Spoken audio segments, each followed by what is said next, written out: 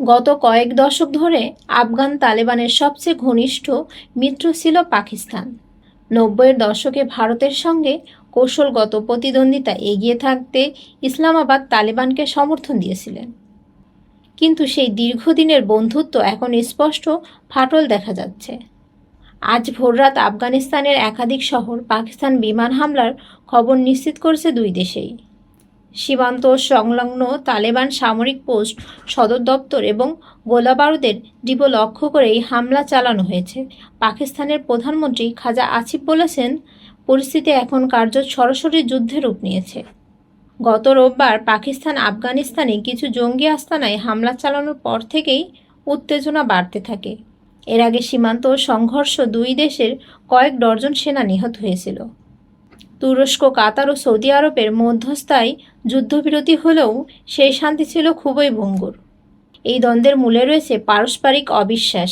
পাকিস্তানের অভিযোগ, নিষিদ্ধ ঘোষিত তেহরিকি তালেবান পাকিস্তান বা টিটিপি এবং বালুচ বিচ্ছিন্নকারীরা আফগানিস্তানকে নিরাপদ আশ্রয় হিসেবে ব্যবহার করেছে।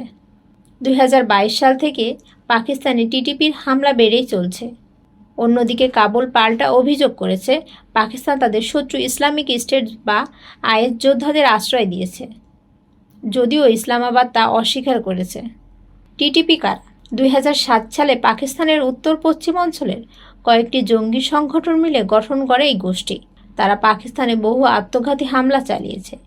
এমনকি নোবেলজয়ী মালালা ইউসুফজাইয়ের ওপর হামলার পেছনেও ছিল এই সংগঠন।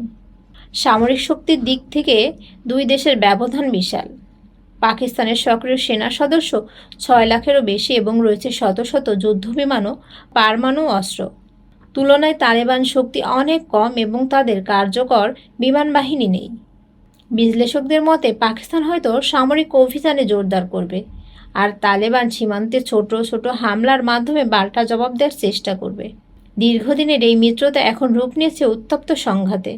প্রশ্ন হচ্ছে, এই উত্তেজনা কি পূর্ণাঙ্গ যুদ্ধ করাবে, নাকি আবারও কূটনৈতিক আলোচনার পথ খুলবে? সময় তার উত্তর দিবে।